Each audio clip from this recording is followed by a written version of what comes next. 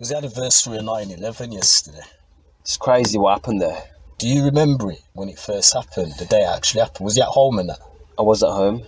Very big shock to the system. Yeah. Something big like that, big building, millions of people were working in there, and then bang. A lot of people think, because, things happen like, innit? But it's actually an inside job. People thought it weren't an inside job, clearly. You know what? I'm going to blow the whole thing open and why it's an inside job. I'm going to blow people's minds here.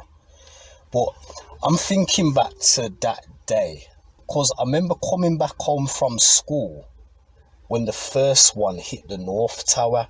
But it's a blur for me if I was at home when the second one hit. I can't fully remember if I was actually in the living room when the second one hit the second tower. But I think I was. Just happened like that. You know what's eerie about that as well? You know the bus I caught to school and back from school was the number 11. That's what's eerie about that, And no word of a lie, swear on my life, that very morning of 9/11, me and my friend, his name's Shim, by the way, shout out to Shim. He lives in Sheffield now. We used to go school together every morning. No word of a lie. On the bus in the morning, the number 11, we were talking about how good it would be to move to New York. No word of a lie. This is why this is eerie as hell. Yeah. This is what I'm starting to think, things I say just has this magical effect. Because it seems like every time something comes out of my mouth, something happens. But no coincidence as well. That's besides the point. But no word of a lie, Tuesday, September 11th, 2001, me and my friend were on our way to St. John War School, and we were talking about how great it would be to move to New York. The other eerie thing is now, when I came back home on the bus. The bus I came back home on was the number 11. Yeah. Come to the house now, come to take off my school gear and that. Remember, my dad was sitting in the chair watching the news, as he usually would do on a weekday when he came back from work. And I just see this tower on fire. I'm there thinking, okay, it's a film. Is he watching one of them afternoon movies? Dad goes to me now, he's like, uh-oh, plane crashed into the first tower. I was like, bloody hell. That happened for a reason, to cause a disruption. And I remember taking off my school clothes and that, getting changed into my normal clothes.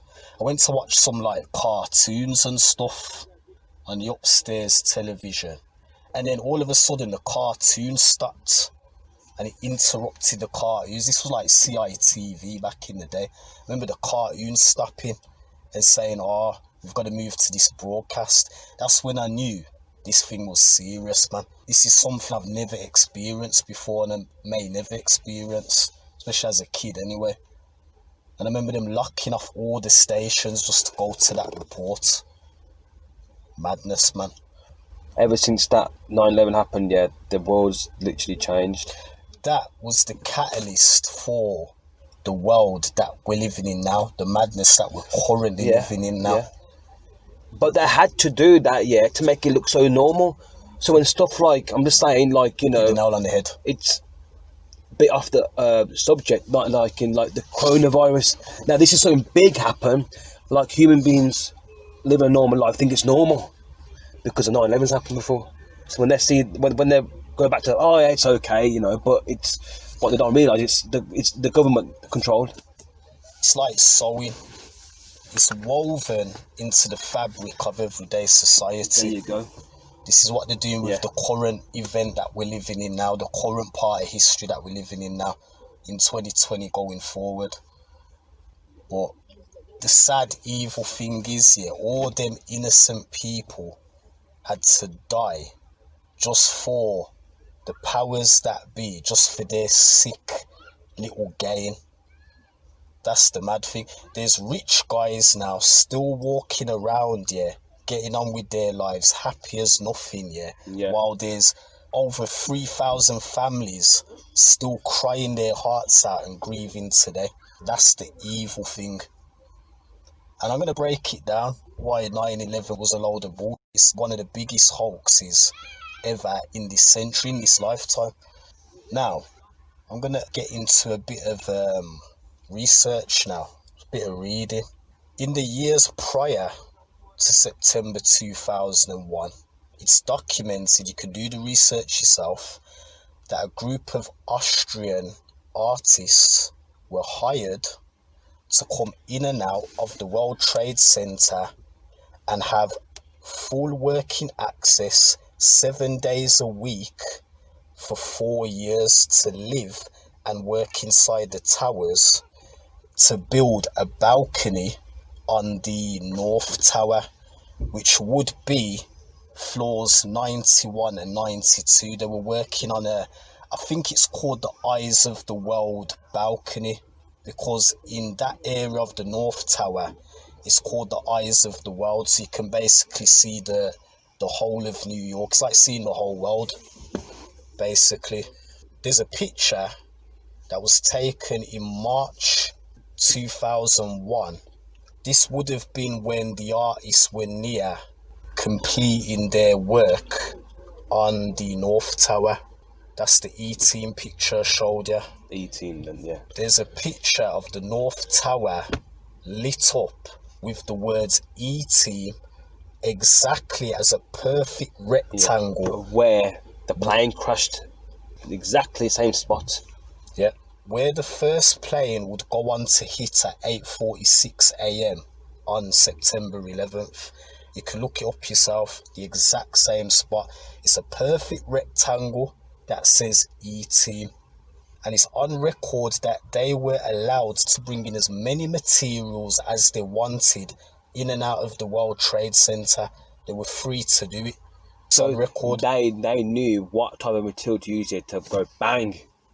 That's what we're going to get to. Hit the nail on the head again. That powerful, one bang to take everything down. That's what we're going to get to.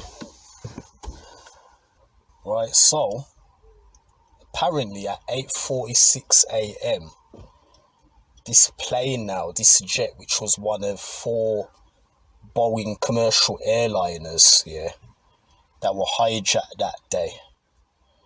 The first one hit that exact spot where the E-Team light was months ago in March. Now, I've noticed now, if you look through all the archives or the footage, there is not one clear image or footage of that first plane. There's a guy who's got a video, that's the only known video of the first one, but he's not really focused on when the plane is going over and the so-called plane is going over and crashing into that area. He just flicks it up and it's a very, very blurry thing that you see, and then all of a sudden, boom, explosion. The reason why it's in the daylight is because then with that E-Time light in there thing, you can see a clear vision where to land the plane.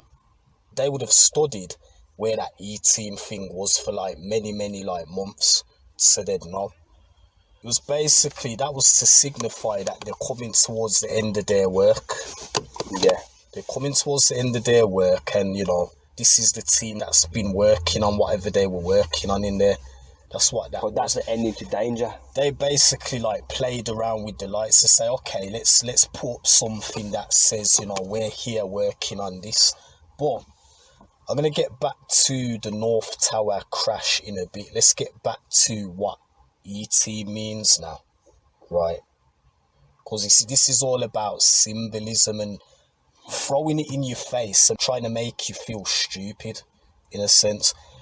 What do you think the E in E.T. means?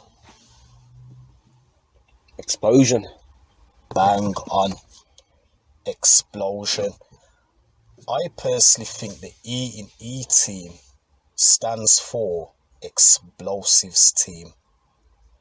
Yeah. Explosives Team. 1,000,000% that makes a lot of sense. Another thing that doesn't make sense, right?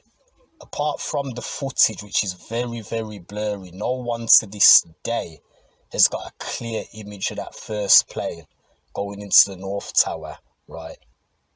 Planes now, if you do your research, them planes, the Boeings, the commercial airliners, they are known to be made out of aluminium, right? The World Trade Center towers were built to be the strongest steel towers in the world when they were first made in the 70s. There you go. Now, if a plane hits these strong steel powerful towers, what's going to happen to the plane? It's basically going to bounce back off. There you go. Thank you. Spot on.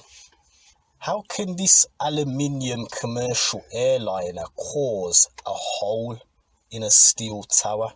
With the explosion, it's easy to happen. Yep. Those towers had to have been rigged. 100%. They had to have been rigged with explosives.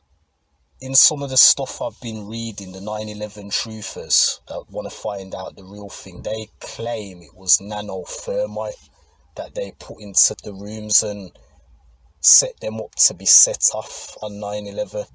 Anybody with a brain and common sense should know that aluminium cannot pierce steel.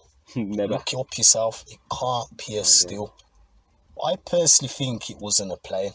I don't think it was a plane. You know, the first one that I got a feel it was a missile. Because I've read up here that back then it was very possible to have a missile that can fire high in the sky and target very high buildings. People can do the research. Yeah. That technology was around. Those missiles were around to do that back then. So as for this plane thing, I personally think it wasn't a plane, especially the North Tower was not a plane. Now the South Tower, so I think it was roughly like around about 9:06 a.m. the second plane hit the South Tower. I think it was the left side of the South Tower, I could be wrong. Another explosion. People claiming that was a plane as well. What doesn't make any sense now, when the impact of the two planes caused the towers to collapse, as they say, right? Now, anybody with common sense and a brain, right, you can actually try this with like, Jenga. Do you remember the game Jenga? Yeah. Right. If the so-called aluminium plane that managed to cause this big massive damage to the side of the South Tower, right, with Jenga, if you build a tall pile of Jengas now and you remove some blocks from, like, say, the middle side, that's probably where the plane roughly hit the South Tower. You remove some blocks from, like, the middle side, what's going to happen to the Jenga tower as a whole? What's going to happen to the top piece? It's going to go to one side. It's going to fall off, isn't it? There you go, yeah. Now, what actually happened to the South Tower? It didn't do that, did it? What happened? It crumbled all in a straight line. There you go. Going against the physics of science. And then, like I'm saying, like when you watch these old buildings getting blown up, they'll go down in one. They don't stay there for a couple of seconds. They go down, like bang, definite explosives. It doesn't make any kind of sense at all, especially the South Tower. If the plane caused that damage right at the side, what would happen is the top piece would fall over. It would not just implode all in one, like a controlled demolition. Wouldn't do that. So you got to think, it should be very clear that the buildings were rigged with bombs for that day. Definite 100%. They were rigged. The plane was just a cover-up. It was just a distraction, which is what they love to do. They love to distract. It's the old magician's trick. There you go. And for a very long time, since you're born, from a young child, your brain's been programmed to be distracted as well. When it comes to stuff like this, you don't really see, the truth between the lines in it. Spot on. going back to the magician's trick, the old magician's trick, the core of a magician's act is to distract you with one thing so that you don't see the trick that's going on behind his back. Yep. This is a common theme that the powers that be use in everyday life. The plane was just the excuse and distraction to take away from what was really going on in them towers. And the E-team as well, sign. Yeah. Same with the North Tower. That one came down last. The first one that got hit came down last. Same thing again. Controlled demolition. There you go. And then you see the government, oh, this has happened to the towers. Listen, you know what, everyone? This government, yeah, they don't care. Facts. There you go. They don't care because they've got the power. Who are we to them? No one. But they just want control of us. We're just a number. Just a number. They don't care if we die today or tomorrow. And then they want us to pay the taxes as well. And they're putting people in prison for doing bad stuff when they're actually the ones that throwing the bad stuff out there. Exactly. We are just a statistic to them. That's all we are. But the people that know the real truth, you got nothing to worry about. Because we'll just sit there and smile about it because we know what the truth is. Another thing as well about the towers coming down, right? Does steel turn to dust? No. So, what was with the whole towers imploding into dust thing? If those towers were supposed to be this rock hard steel, doesn't make any sense whatsoever. It's very clear from the get-go, at some point, those towers were rigged. Because steel would never implode into dust. It makes no sense whatsoever. Even in the wreckage, the aftermath, there was hardly anything there. It was like, where did everything go? Where was the tables? Where was the computers in the offices? There was completely nothing. It was all gone. I would love to be there that day. Yeah. I'd love to walk on that. To see it. On that floor before it all happened. I'd like to see it. And to see who actually was behind, who's actually made saying, listen, do this, lad, or else. Because it makes absolutely no sense. It's like a steel tower dropped and just imploded and disappeared into dust. That doesn't make any sense. No sense whatsoever.